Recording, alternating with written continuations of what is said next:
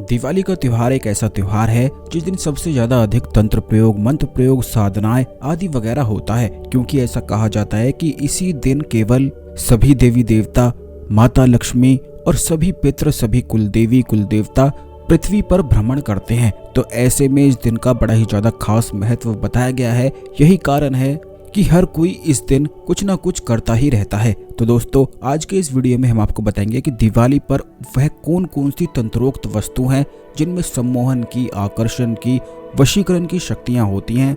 अब चाहे आप अपने जीवन में धन आकर्षण करना चाहते हो, या फिर शत्रु को मात देना चाहते हो, या फिर अगर आपके जीवन में ऐसी परेशानी है कि जिससे भी आप प्यार करते हैं वह आपकी बात को बिल्कुल भी सुनता नहीं है, तो ऐसे में दिवाली का दिन बड़ा ही ज्यादा विशेष दिन है।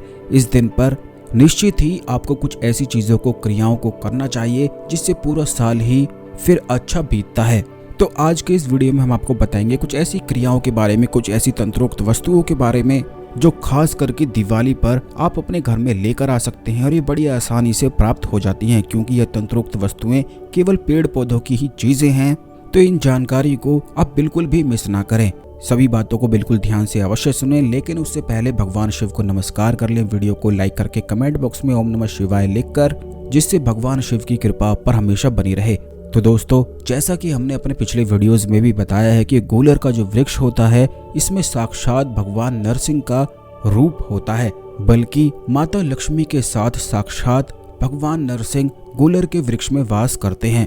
और केवल नरसिंह भगवान को ही भगवान विष्णु का उग्र रूप बताया गया है। गूलर का वृक्ष अपने आप में ही बहुत सारी तंत्रोक्त शक्तियों को समेटे हुए रहता है, जिसके बारे में काफी लोग नहीं जानते हैं। तो सबसे पहला उपाय तो ये है कि दिवाली के दिन अगर आप चाहते हैं कि सम्मोहन और आकर्षण, वशीकरण की शक्तियां आपको प्राप्त हो सकें, तो आपको केवल इतना करना है कि दिवाली के दिन जाकर गूलर वृक्ष की जड़ को आपको प्राप्त कर लेना है। इस जड़ को सिद्ध करना पड़ता है सम्मोहन के लिए, जिससे जो भी चीज आप सम्मोहन करना चाहते हैं, चाहे कोई व्यक्ति को सम्मोहित करना चाहते हो, धन को सम्मोहित करना चाहते हो, तो इस जड़ के माध्यम से आप बड़ी आसानी से कर सकते हैं।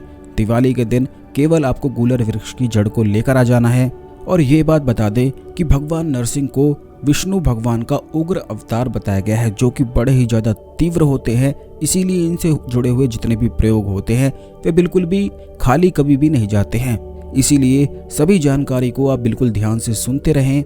ये आपको बता दें कि गूलर वृक्ष की जड़ को दिवाली पर प्राप्त करने के बाद इसे धोकर आपको हल्दी में डुबोकर रख देना है।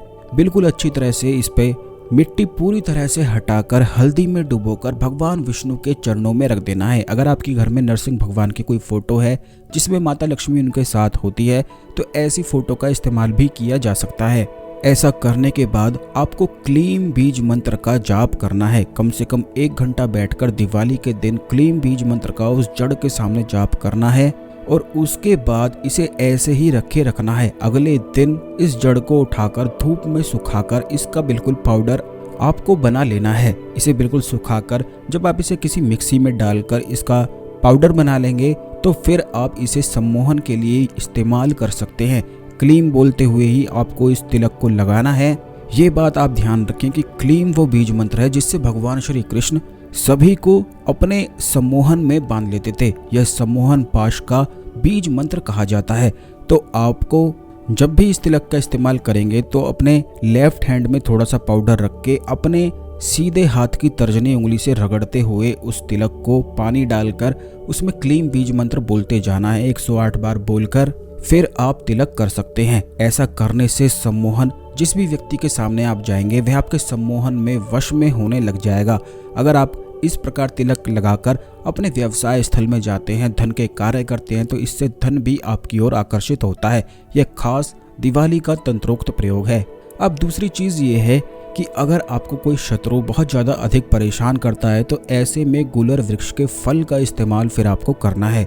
इसके लिए दिवाली के दिन आपको 8 गूलर वृक्ष के फल लेकर आ जाने हैं भगवान नरसिंह के सामने। इन फलों को रखने के बाद ओम निरिम निरिम निरिम नरसिंहाय नमः, इस मंत्र का आपको 51 माला जाप करना है, और जो भी आपकी शत्रु से जुड़ी हुई परेशानी है वह आप बोल सकते हैं। इसके बाद दिवाली के अगले दिन जाकर इन फलों को बरगद वृक्ष के चारों ओर आपको गाड़ के मिट्टी में दबा देना है। ये बात आप ध्यान रखें कि बरगद वृक्ष के आसपास इन 8 फलों से आपको सर्कल बना लेना है और फिर गाड़ना है। यानी कि इस प्रकार ये फल गड़े होने चाहिए जिससे बरगद का पूरा वृक्ष कवर हो जाए। तो इसीलिए पूर्व, पश्चिम, उत्तर, दक्षिण और फिर इसी प्रकार आप उन बाकी के फलों को भी दबा सकते हैं। बस 8 दिशाओं में आपको इस प्रकार यह गाड़ देना है। ऐसा करने से शत्रु बिल्कुल शक्तिहीन हो जाते हैं और फिर आपको बिल्कुल भी वह परेशान कर ही नहीं पाएंगे। इसी प्रकार गूलर वृक्ष के जो पत्ते होते हैं उन्हें धन आकर्षण के लिए इस्तेमाल किया जा सकता है।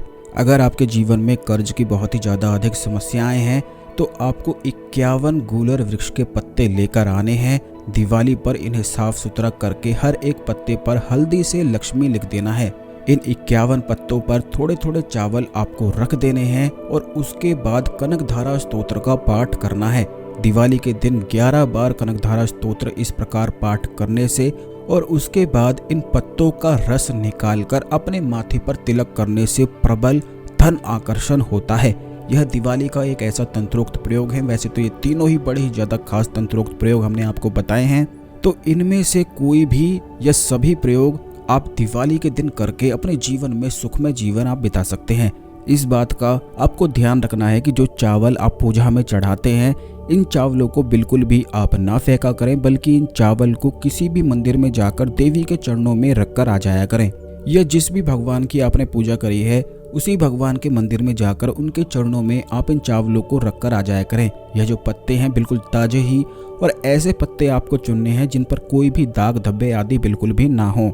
यानी कि 51 पत्ते आप लेंगे तो उनमें से एक भी खराब बिल्कुल भी कहीं से नहीं होना चाहिए। बिल्कुल ताजे कोमल पत्ते आपको लेने हैं। और इस बात का भी ध्यान रखें कि ज़्यादा अधिक पुराने पत्ते जैसे होते हैं, अगर वो आप लेंगे तो रस उनमें कम निकलता है। तो इसीलिए ताजे कोमल पत्ते लेने की आप कोशिश करें।